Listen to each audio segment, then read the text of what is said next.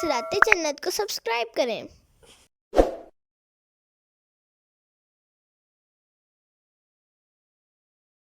فاستخف قومه فأطاعوه۔ ترجمہ کنز العرفان۔ تو فرعون نے اپنی قوم کو بے وقوف بنا لیا تو وہ اس کے کہنے پر چل پڑے۔ انہم کانوا قوما فاسقین، بے شک وہ نافرمان لوگ تھے۔ تفسیر صراط الجنان، یعنی فرعون نے اس طرح کی چکنی چپڑی باتیں کر کے ان جاہلوں کی عقل مار دی اور انہیں بہلا پھسلا لیا تو وہ اس کے کہنے پر چل پڑے اور وہ حضرت موسیٰ علیہ السلام کی تکذیب کرنے لگے۔ بے شک وہ نافرمان لوگ تھے کیونکہ انہوں نے اللہ تعالیٰ کے رسول کی اطاعت کرنے کی بجائے فرعون جیسے جاہل اور سرکش کی پیروی کی۔ فَلَمَّا أَسَفُونَا انتَقَمْنَا مِنْهُمْ فَأَغْرَقْنَاهُمْ أَجْمَعِينَ۔ پھر جب انہوں نے ہمیں ناراض کیا تو ہم نے ان سے بدلہ لیا تو ہم نے ان سب کو غرق کر دیا۔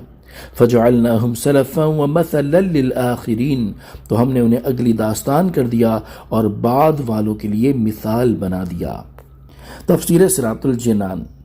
ان آیات کا خلاصہ یہ ہے کہ جب فرعون اور اس کی قوم نے اپنی بدعمالیوں کی وجہ سے اللہ تعالیٰ کو ناراض کر دیا تو اللہ تعالیٰ نے ان کے جرموں کی سزا میں سب کو غرق کر دیا اور اللہ تعالیٰ نے انہیں ماضی کی عبرت ناک داستان بنا دیا اور بعد والوں کے لیے مثال بنا دیا تاکہ بعد والے ان کے حال اور انجام سے نصیحت و عبرت حاصل کریں۔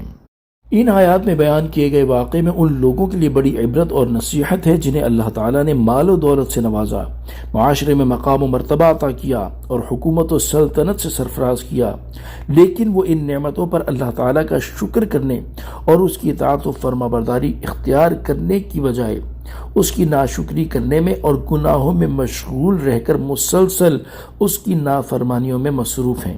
ایک اور مقام پر اللہ تعالیٰ ارشاد فرماتا ہے، ترجمہ: پھر جب انہوں نے ان نصیحتوں کو بھلا دیا جو انہیں کی گئی تھیں تو ہم نے ان پر ہر چیز کے دروازے کھول دیے، یہاں تک کہ جب وہ اس پر خوش ہو گئے جو انہیں دی گئی تو ہم نے اچانک انہیں پکڑ لیا، پس اب وہ مایوس ہیں۔ پس ظالموں کی جڑ کاٹ دی گئی اور تمام خوبیاں اللہ کے لیے ہیں جو تمام جہانوں کو پالنے والا ہے۔ اور حضرت عقبہ بن عامر رضی اللہ تعالی عنہ سے روایت ہے، حضور اقدس صلی اللہ تعالی علیہ وآلہ وسلم نے ارشاد فرمایا، جب تم یہ دیکھو کہ اللہ تعالیٰ کسی بندے کو اس کی پسند کی تمام چیزیں عطا کر رہا ہے لیکن اس بندے کا حال یہ ہے کہ وہ اللہ تعالیٰ کی نافرمانی پر قائم ہے تو یہ اس کے حق میں اللہ تعالیٰ کی طرف سے ڈھیل ہے۔ اور حضرت عمر بن ذر رضی اللہ تعالیٰ عنہ فرماتے ہیں، اے گناہ گاروں، اللہ تعالیٰ تمہارے گناہوں کے باوجود جو مسلسل حلم فرما رہا ہے، تم اس کی وجہ سے گناہوں پر اور جری نہ ہو جاؤ اور اس کی ناراضی سے ڈرو، کیونکہ اللہ تعالیٰ نے ارشاد فرمایا، فَلَمَّا أَسَفُونَا انتَقَمْنَا مِنْهُمْ۔ ترجمہ: پھر جب انہوں نے ہمیں ناراض کیا تو ہم نے ان سے بدلہ لیا۔ اللہ تعالیٰ مال و دولت اور منصب و مرتبے کی وجہ سے پیدا ہونے والی سرکشی اور اس کی آفات سے ہمیں محفوظ فرمائے، آمین۔ وَلَمَّا ضُرِبَ ابْنُ مَرْيَمَ مَثَلًا إِذَا قَوْمُكَ مِنْهُ يَصِدُّونَ۔ ترجمہ کنز العرفان۔ اور جب ابن مریم کی مثال بیان کی جاتی ہے تو جبھی تمہاری قوم اس سے ہنسنے لگتی ہے۔ تفسیر صراط الجنان۔ اس آیت کا شان نزول یہ ہے کہ جب سرکار دو عالم صلی اللہ تعالی علیہ وآلہ وسلم نے قریش کے سامنے یہ آیت وَمَا تَعْبُدُونَ مِن دُونِ اللَّهِ حَسَبُ جَهَنَّمْ پڑھی، جس کے معنی یہ ہے کہ اے مشرکین، تم اور اللہ تعالیٰ کے سوا جن چیزوں کو تم پوجتے ہو سب جہنم کا ایندھن ہے۔ یہ سن کر مشرکین کو بہت غصہ آیا اور ابن زبعری کہنے لگا، اے محمد صلی اللہ تعالی علیہ وآلہ وسلم، کیا یہ خاص ہمارے اور ہمارے معبودوں ہی کے لیے ہے یا ہر امت اور گروہ کے لیے ہے؟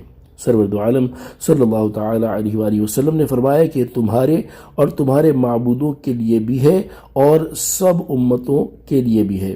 اس پر ابن زبعری نے کہا کہ آپ کے نزدیک حضرت عیسیٰ بن مریم علیہ السلام نبی ہیں اور آپ ان کی اور ان کی والدہ کی تعریف کرتے ہیں، اور آپ کو معلوم ہے کہ عیسائی ان دونوں کو پوجتے ہیں، اور حضرت عزیر علیہ السلام اور فرشتے بھی پوجے جاتے ہیں، یعنی یہودی وغیرہ ان کو پوجتے ہیں۔ تو اگر یہ حضرات معاذ اللہ جہنم میں ہوں تو ہم اس بات پر راضی ہیں کہ ہم اور ہمارے معبود بھی ان کے ساتھ ہوں، اور یہ کہہ کر کفار خوب ہنسے۔ اس پر اللہ تعالیٰ نے یہ آیت نازل فرمائی، ان الذین سبقت لہم من الحسنى اولئک عنہا مبعدون۔ ترجمہ، بے شک جن کے لیے ہمارا بھلائی کا وعدہ پہلے سے ہو چکا ہے وہ جہنم سے دور رکھے جائیں گے۔ وقالوا اآلہتنا خیر ام ہو۔ ترجمہ کنز العرفان، اور کہتے ہیں کیا ہمارے معبود بہتر ہیں یا وہ عیسیٰ؟ ما ضربوہ لک الا جدلا، انہوں نے یہ مثال تم سے صرف جھگڑا کرنے کے لیے بیان کی ہے۔ بل ہم قوم خصمون، بلکہ وہ جھگڑنے والے لوگ ہیں۔ تفسیر صراط الجنان۔ اس آیت کا خلاصہ یہ ہے کہ اے حبیب صلی اللہ تعالیٰ علیہ وآلہ وسلم، آپ کی قوم کے مشرکین کہتے ہیں کہ کیا ہمارے معبود بہتر ہیں یا حضرت عیسیٰ علیہ السلام؟ اس سے ان کا مطلب یہ تھا کہ آپ کے نزدیک حضرت عیسیٰ علیہ السلام بہتر ہیں، تو اگر معاذ اللہ وہ جہنم میں ہوئے تو ہمارے معبود یعنی بت بھی جہنم میں چلے جائیں، ہمیں کچھ پرواہ نہیں۔ اس پر اللہ تعالیٰ فرماتا ہے، اے حبیب صلی اللہ تعالیٰ علیہ وآلہ وسلم، انہوں نے یہ مثال حق اور باطل میں فرق کرنے کے لیے بیان نہیں کی، بلکہ صرف آپ سے جھگڑا کرنے کے لیے بیان کی ہے، حالانکہ وہ جانتے ہیں کہ انہوں نے جو کچھ کہا وہ باطل ہے۔ اور اس آیت کریمہ انکم وما تعبدون من دون اللہ سے صرف بت مراد ہیں، حضرت عیسیٰ، حضرت عزیر اور فرشتے علیہ السلام مراد نہیں لیے جا سکتے۔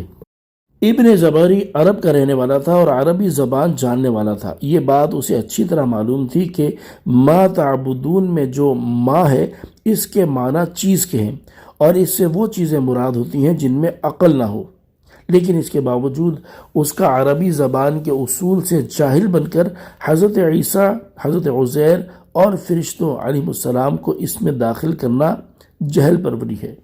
آیت کے آخر میں اللہ تعالیٰ نے ارشاد فرمایا، بلکہ وہ جھگڑنے والے اور باطل کے در پے ہونے والے لوگ ہیں۔